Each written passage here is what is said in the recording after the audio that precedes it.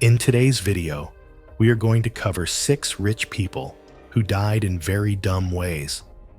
From a millionaire swimming in his underwater cave while ignoring instructions to a retired CEO illegally stepping out of the safari vehicle, which resulted in a dangerous situation that ended in the most brutal way imaginable.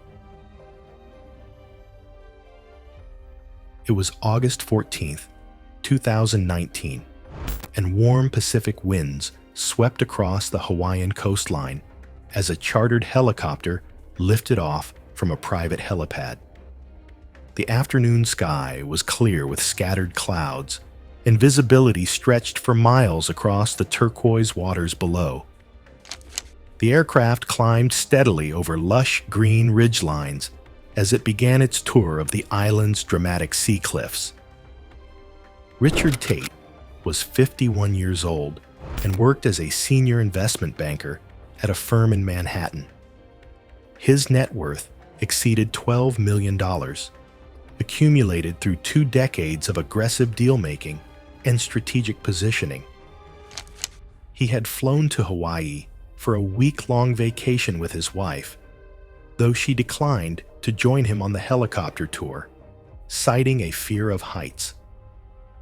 Colleagues later described Richard as highly focused on maintaining a curated social media presence, frequently posting staged travel and lifestyle photos to his network of business contacts and acquaintances. The helicopter was a 4-seat touring model operated by a licensed pilot with 8 years of commercial experience. Standard safety protocols required all passengers to remain buckled throughout the flight, with doors secured at all times, unless the aircraft was specifically configured for aerial photography, with additional harnesses and waivers signed in advance. The pilot conducted a full safety briefing before departure, demonstrating the 4-point harness system and emphasizing that passengers must remain seated with restraints fastened for the duration of the flight. Approximately 20 minutes into the tour, the helicopter approached a dramatic stretch of coastline featuring towering sea cliffs and waterfalls cascading directly into the ocean.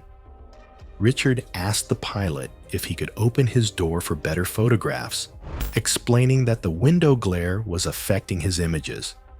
The pilot refused, citing company policy and FAA regulations. Richard offered an additional $500 in cash. The pilot declined again, explaining that open-door flights required special equipment and advance arrangements. According to the pilot's later testimony, Richard grew increasingly agitated over the next several minutes, insisting the photos taken through the window were not suitable for posting.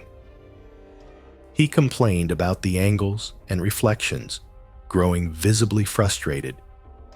The pilot maintained his refusal and continued along the planned tour route. Without warning, Richard unbuckled his 4-point harness and reached for the door handle. The pilot attempted to intervene, but Richard had already pulled the release lever. The door swung outward as wind rushed violently into the cabin, destabilizing the aircraft momentarily. Richard leaned his upper body through the open doorway with his phone extended, attempting to capture the cliffs below. The helicopter encountered a pocket of turbulence, common along coastal ridgelines, where thermal currents rise from sun-heated rock. The aircraft dipped suddenly to the left, and Richard's grip on the doorframe failed as the movement caught him off balance. His body pitched forward through the opening, his legs briefly catching the seat edge before sliding free. The pilot observed Richard exit the aircraft and lose contact with the helicopter, falling approximately 900 feet toward the rocky shoreline below. The pilot immediately radioed emergency services and circled the area, marking GPS coordinates along the cliffs. Regional search and rescue teams launched a search within 30 minutes, using both aerial and marine units. Richard's body was located on a rocky outcropping near the shoreline and pronounced dead at the scene. The medical examiner determined the cause of death to be massive blunt force trauma from a fall. Autopsy findings documented catastrophic injuries to the skull, chest, and pelvis. A federal aviation investigation later confirmed the pilot followed safety procedures and denied the passengers' requests. Investigators concluded Richard had removed his harness and operated the door without authorization. No charges were filed. It was May 2017 when late afternoon sunlight stretched across rolling pastures at a newly purchased horse ranch in rural Kentucky. The property spanned 45 acres of fenced grazing land dotted with mature oak trees, and a recently renovated farmhouse sat at the end of a long gravel driveway. The nearest neighboring property lay over half a mile away, and cell service was unreliable near the outer fence lines. Danielle Davis, 46, had built a small empire of luxury fashion boutiques across the Southeast, with flagship locations in Atlanta, Charleston, and Nashville. She had purchased the ranch 3 weeks earlier as a weekend retreat from her demanding schedule, though she had no prior experience with horses or rural property management. Staff at her boutiques later described her as impatient and dismissive of advice, someone who expected immediate results and bristled at being told what she couldn't do.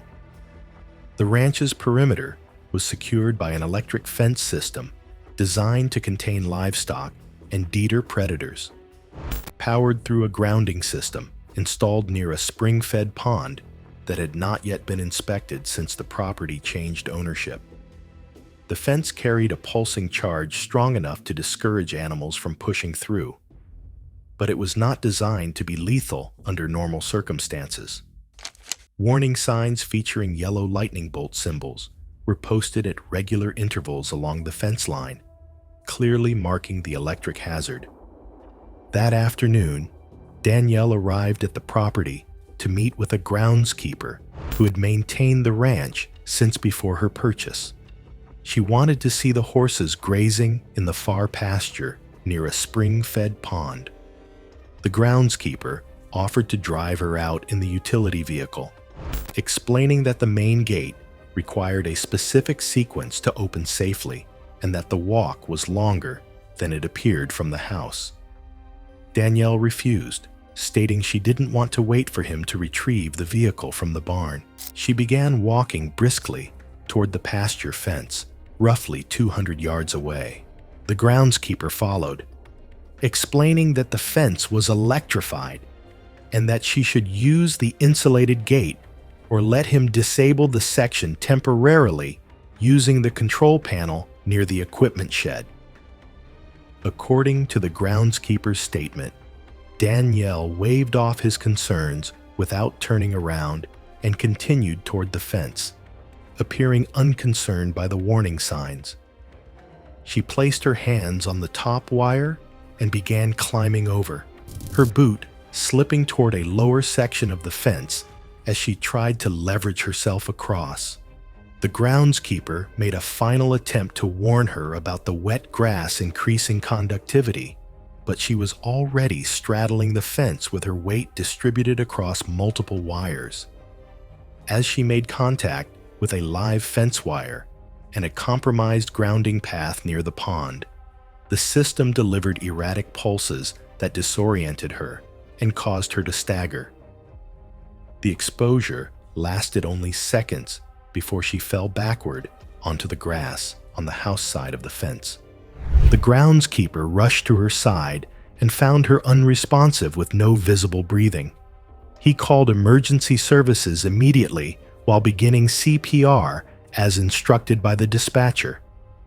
Paramedics arrived within 15 minutes and continued resuscitation efforts for over 20 minutes, but were unable to revive her. She was pronounced dead at the scene.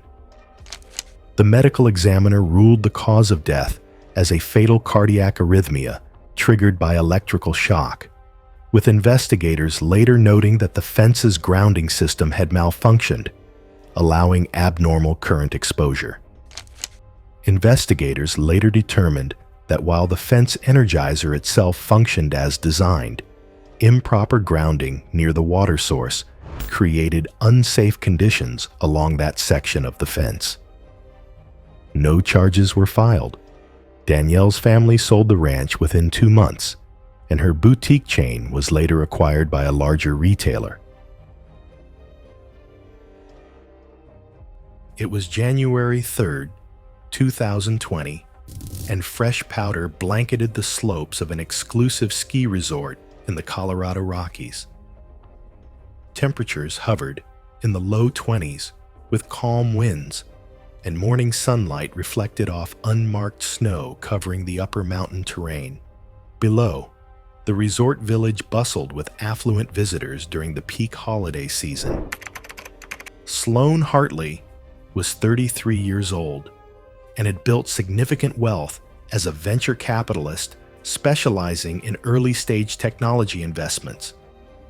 Her success had placed her personal net worth above $20 million before her 32nd birthday, earning her features in business publications. Friends later described her as intensely competitive and resistant to limitations placed on her abilities. Several expert-level runs had been closed that morning due to unstable snowpack following recent storms and ongoing avalanche control work. Bright orange boundary ropes and warning signage marked restricted terrain, with ski patrol members positioned at major access points to prevent entry. Sloan had arrived the previous evening for a week-long trip with 3 friends. She was an experienced recreational skier who had spent much of her life on groomed resort slopes, but had no formal avalanche training and limited exposure to uncontrolled terrain. As the morning progressed, Sloan became increasingly dissatisfied with crowded conditions on open runs, where lift lines were long and skier traffic was heavy. Witnesses later reported that she repeatedly scanned uphill terrain from the chairlift, focusing on a closed run visible above the rope line, its surface untouched and free of tracks.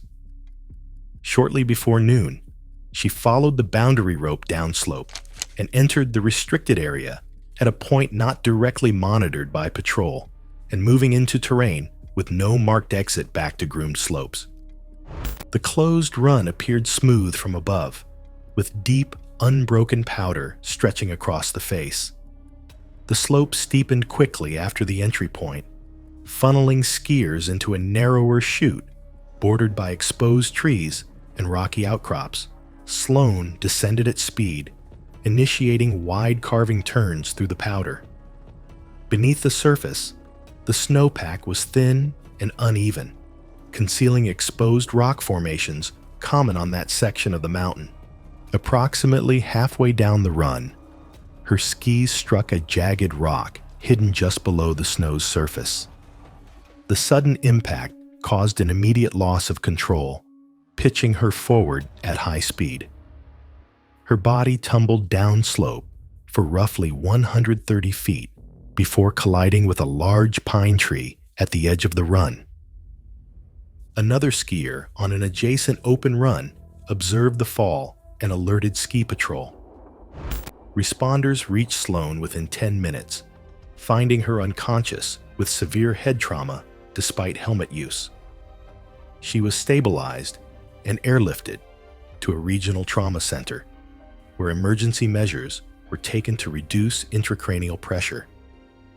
She died later that afternoon without regaining consciousness. The medical examiner determined the cause of death to be severe traumatic brain injury with associated cervical spine fractures. Resort officials later confirmed that the run had been clearly marked as closed and that the victim had bypassed boundary controls. No legal action followed, and Sloane's family requested limited public attention.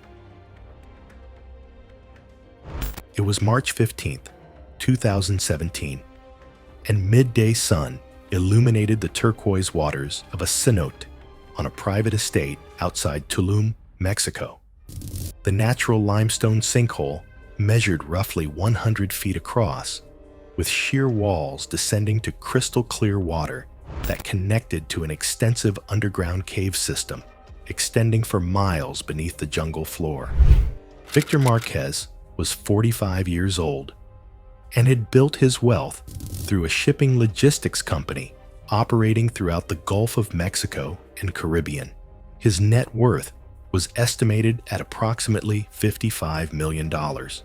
He had purchased the jungle property 6 months earlier, attracted by the privacy and the presence of the cenote on the grounds. Associates described Victor as supremely confident in his physical abilities, a former competitive swimmer who believed his experience made him capable of handling any aquatic environment. The cenote's underwater cave system was well documented by local experts as extremely dangerous for untrained swimmers.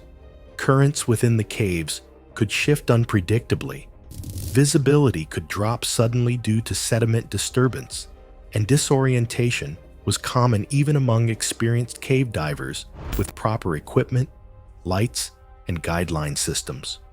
That afternoon, Victor invited a local guide to the property to discuss the cenote's features and potential development. The guide had extensive experience with cenote systems throughout the Yucatan Peninsula, having conducted hundreds of supervised dives over 15 years. He immediately cautioned Victor against swimming in the cave sections without proper certification, specialized equipment, and a trained dive partner.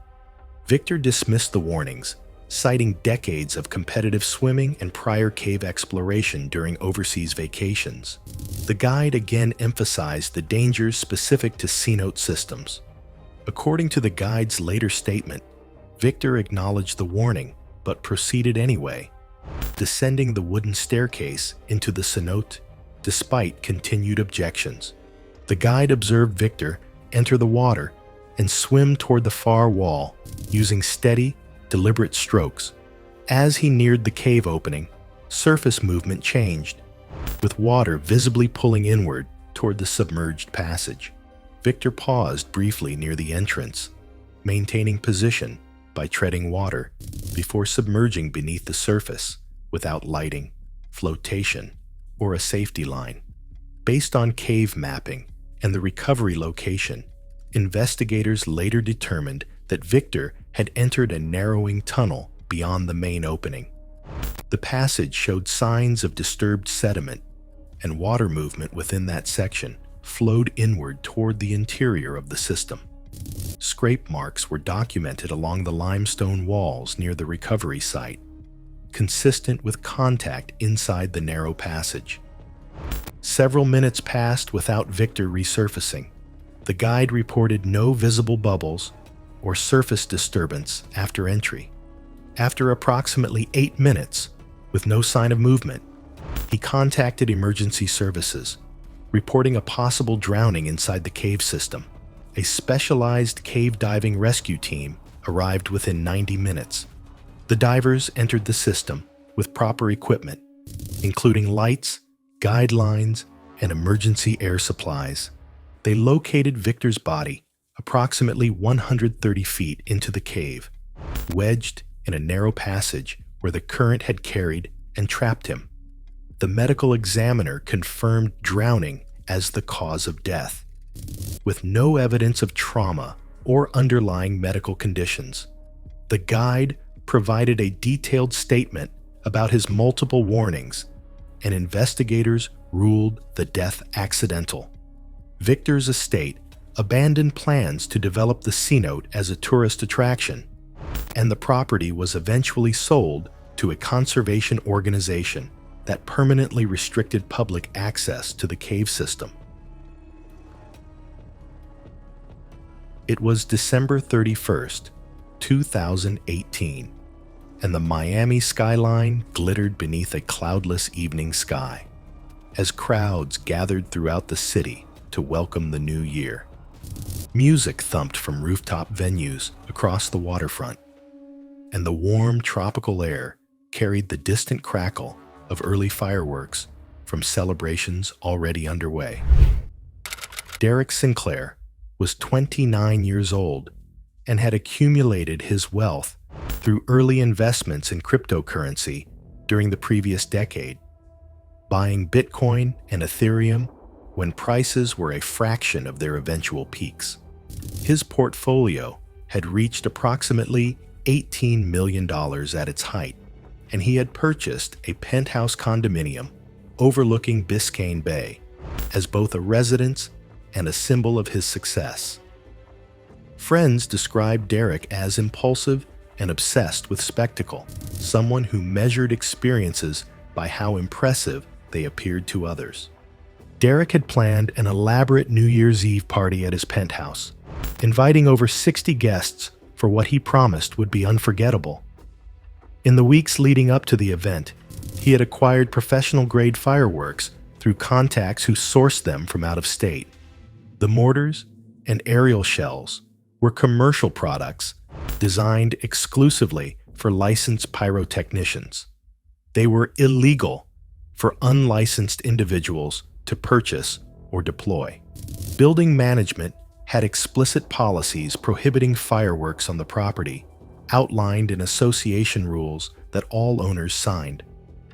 Derek had not sought permission or informed anyone of his plans. The party began around 9 that evening. Guests filled the penthouse and spilled onto the expansive rooftop terrace, where Derek had arranged the fireworks in a row along the outer railing. Multiple friends later told investigators they had expressed serious concern throughout the evening, noting that none of them had experience with professional-grade pyrotechnics and that the mortar tubes looked far more powerful than consumer fireworks. Derek assured everyone he had watched tutorials online and that the setup was straightforward. He had arranged the mortar tubes in a row, secured them with sandbags, and planned to light them in sequence at midnight for maximum effect. As the countdown began, Derek positioned himself beside the first mortar tube with a long-reach lighter. Guests gathered several yards away along the terrace, closer than recommended for professional pyrotechnics, with many holding up phones to record.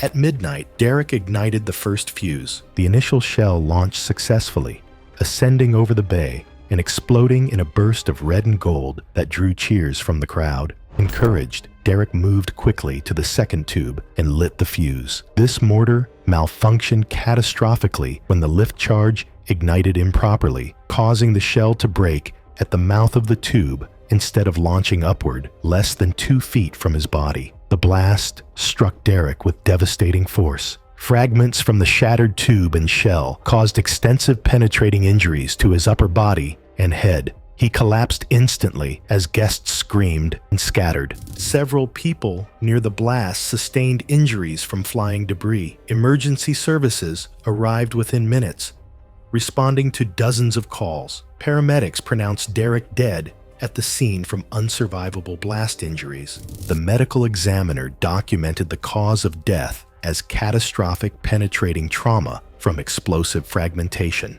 Fire marshals confirmed the fireworks were commercial-grade products requiring professional licensing. Derek's estate faced multiple lawsuits from injured guests, and the building implemented enhanced security measures.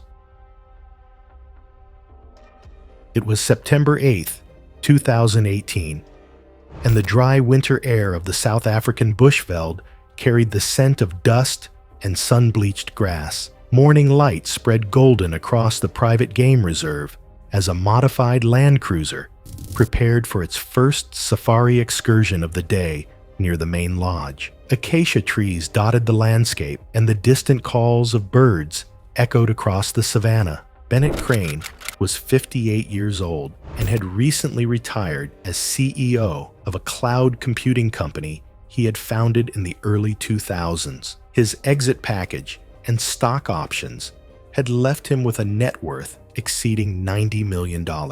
He had traveled to South Africa with his wife to celebrate his retirement, booking a week-long private safari experience at one of the region's most exclusive reserves. Staff who interacted with him during his stay later described Bennett as demanding and condescending, treating employees as servants rather than experts in their field. The reserve enforced strict safety regulations requiring all guests to remain inside vehicles during game drives. These rules were explained during check-in, printed in welcome materials, and reiterated verbally before each excursion. Guests were required to sign liability waivers, acknowledging the dangers of exiting vehicles in areas populated by lions, elephants, buffalo, and other wildlife. That morning, Bennett and his wife departed with an experienced guide who had worked on the reserve for over a decade. The drive proceeded smoothly for the first 2 hours, with sightings of elephant herds,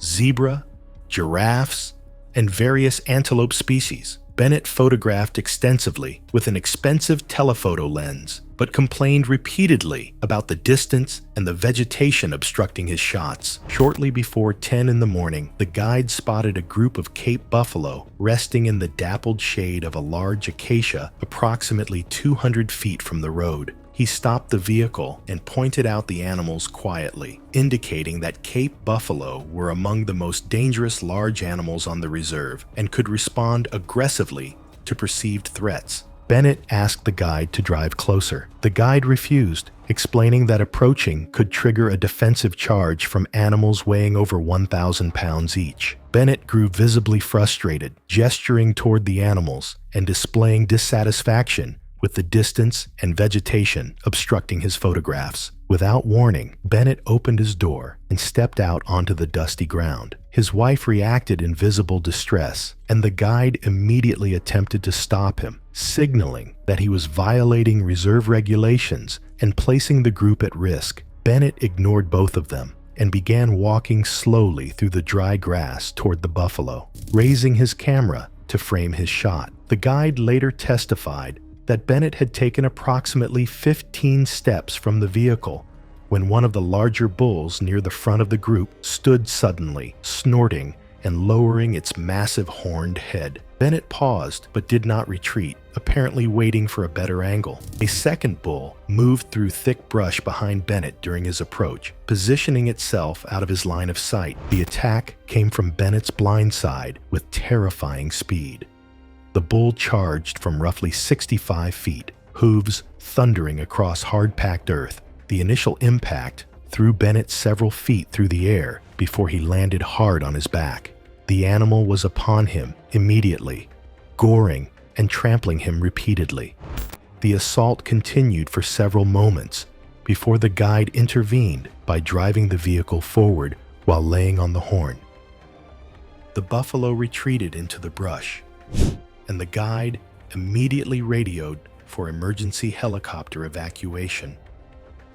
Bennett was airlifted to a trauma center, but was pronounced dead during transport, having never regained consciousness. The medical examiner documented the cause of death as massive hemorrhaging from multiple penetrating wounds to the chest and abdomen, combined with severe blunt force trauma.